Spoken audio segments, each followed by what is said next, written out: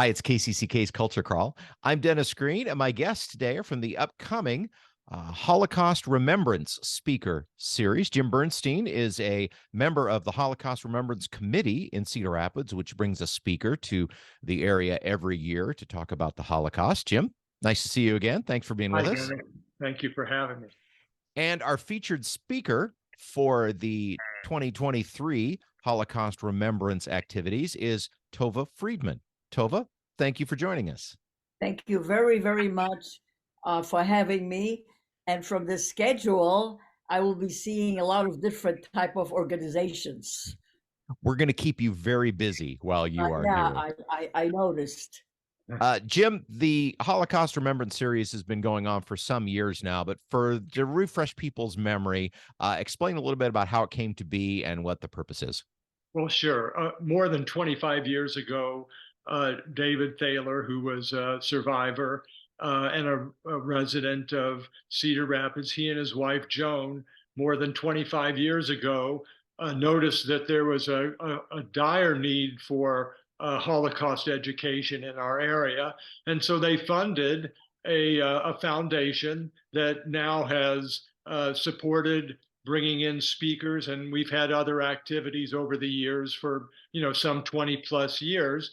And every year we try to bring in a speaker who is a Holocaust survivor. Most of the time we're able to get someone like Tova to come. Last year we had, it turns out coincidentally, Michael Bornstein, who is a friend of Tova's. And in fact, that's how I heard about Tova.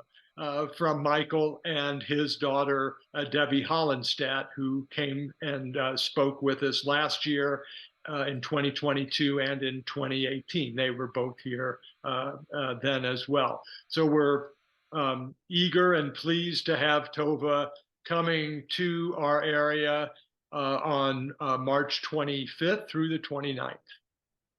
Tova, you have written a book about Auschwitz, which we'll talk about in a few minutes. But you are one of the youngest Holocaust survivors. You were 4? Yes. Well, for instance, Michael was much younger. I was older. Okay, I entered Auschwitz when I was 5.5, and the liberation came when I was about 6.5, something like that. Give and take a few months. I'm not exactly accurate, but it's close. So people like Michael, he also was tattooed, has very little memory. He has a feeling, but he doesn't know the detail at 2 or 3 or 4. But his daughter did an unbelievable research. She was a genius in it, doing a beautiful job. With me, it's my memory, not anybody else's. The person who helped me write the book did research. He did the historical part, which I had no idea. The timing, when I came to Auschwitz, I didn't know what date. He did that. So yeah, it was a very good combination, and I'm really very pleased to be in your town to share whatever I remember. Tova, what do you remember of your life before going to the prison camp? There wasn't any. I was born in 1938. The war broke out in 1939. On my birthday, or close to my birthday, was on September 1st that Poland fell. I was in 39. I was born September 8th, 38. So my only memory was the ghetto and on, nothing else. I never knew anything before except what after the war my parents told me. No, I said my very early memories started by the age of 2 or 3, more visceral.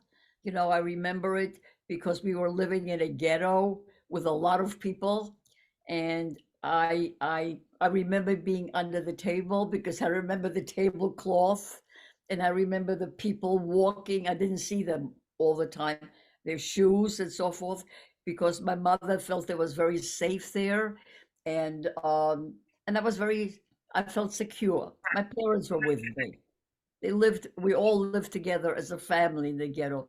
My mother, my father, At one time, my grandmother joined us for a very short time, but because the first thing that the big, strong, gigantic army did was kill the children and kill the elderly, because those two those two populations were useless to help them win the war. They only kept those alive who were able and strong and could work. Then I have to ask, how is it that you survived the experience? Well, the problem, I can't tell you everything. It'll take me hours. Um, a lot of things was luck, a lot of luck. And here and there, my parents' ingenuity, and I myself, I learned how to survive, how to not cry, how to be silent, how to not show, even if I was scared, no emotions, because my mother prepared me to be to survive alone if I have to, because she was a very special woman. She had an intuition that we won't be together all the time. And she was right. At 5 and a half, we were separated. But I already had learned basic behavior patterns that will help me survive. But a lot of luck. And the children, the 1.5 million children that did not survive, just were the wrong place, the wrong time, because the system was built to kill. And the system was foolproof, seriously, except once in a while. In every foolproof system, there are certain exceptions somehow, not even explainable. And I am one of the exceptions. Out of my town, there were hundreds and hundreds of Jewish children, only 5 survived. So we were the exceptions. We fell between the cracks. Now, you mentioned that you were separated. Your family was separated as a part of this, but there is a happy ending. Your family was then reunited. Yes, absolutely. My mother and I survived Auschwitz together. And my father, who was in Dachau, not in Auschwitz, survived Dachau. And then we were reunited in our hometown, which is called Tomaszów Mazowiecki, which was a pretty big town. It had about 50,000, maybe 45,000 people, out of which 15 were Jewish. 15,000. It was a big town, very active. My father told me a lot about that, and so did my mother. They talked a lot about the town afterwards because they wanted to keep it alive. Once people are gone, the only way, and they have no graves, the only way you keep them alive is in memory. So she would talk to me a lot. That's why I also remember a lot in the war, because she spoke to me. And after the war, she spoke about her family.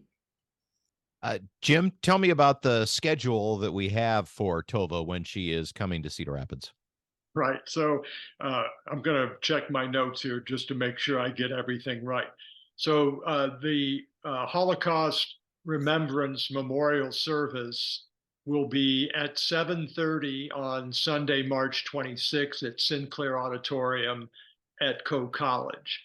Then on Monday, 6 p.m., we have Tova appearing at Cornell College in the Thomas Commons. That's at 6 p.m. Monday evening.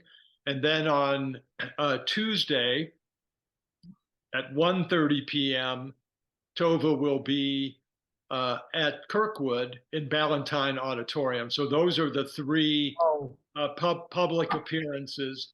Tova is also going to be speaking to high school students in each of those mornings, Monday, Tuesday, and Wednesday, but those are closed to the public. The 3 public appearances are at Coe, Cornell, and Kirkwood. Of course, we can only scratch the surface of your experience and, of course, what you're going to be talking about during your appearances in Cedar Rapids. That my grandchild is coming with me. Every place I traveled, one of my grandchildren volunteers to be with me, and it's good for both of us.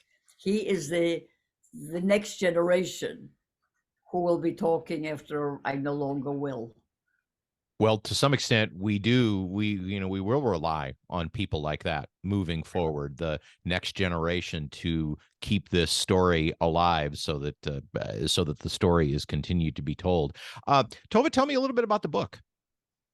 Oh, well, the book is my memoirs as much as possible, but it's intertwined with history. Like he knew, for instance, exactly where Anne Frank was in Auschwitz. I could have looked it up, but to me it was irrelevant. I was a little girl who knew about, So, but my writer, my co-writer Malcolm, made a connection. So we did the book in only 6 months during pandemic. I met Malcolm in Poland when I was at a conference, Holocaust. It was 75th anniversary of Auschwitz liberation. There were a lot of reporters, a lot. And he was from England. And, most of them spoke all kinds of languages. We had to have translators. But we, of course, hard to understand English, but we managed. And when the pandemic hit, we met before the pandemic, a few months. We were both home, and he in England and I in New Jersey, and we started writing together back and forth on the computer. I had to learn Google Docs, I had to learn how to do it, how to understand it, how to correct things. But I have children, and they're there with me, and they were there all the time, helping.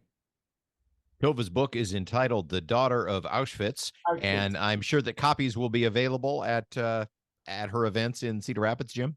Yeah, they will be both at Cornell and at Kirkwood, and we'll have books available for sale there. And I should also mention, Dennis, that for people who are unable to attend any of the public appearances that Tova will be making, we'll be putting up videos on our website, which is holocausteducate.org, and we'll have those videos available in the aftermath of Tova's visit to Eastern Iowa. Tova Friedman will be coming to Cedar Rapids from her home in New Jersey with her grandson for this series of the Thaler Holocaust Remembrance Series, with some public events at Cornell, and Kirkwood. Also, high school students will have the chance to hear her story. And Jim, as you said, you're going to post some of the talk videos on your website at the after the visit, but people can also visit that website for the full schedule and to find out more. So mention that address for us one more time. It's holocausteducate.org.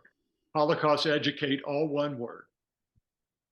Tova, I hope you travel safe, and we'll look forward to seeing you when you are in Iowa. And Jim, thanks as always for helping, for bringing this to us and allowing us to promote it and talk about it here on the radio as well. Thank you both for being with me. My pleasure, Dennis. Thank you. You can hear the Culture Crawl live on the radio many weekdays at 10:30, or download the podcast, watch or listen on your own schedule at kcck.org/culture, or with your favorite podcast player. I'm Dennis Green, and I'll talk to you later.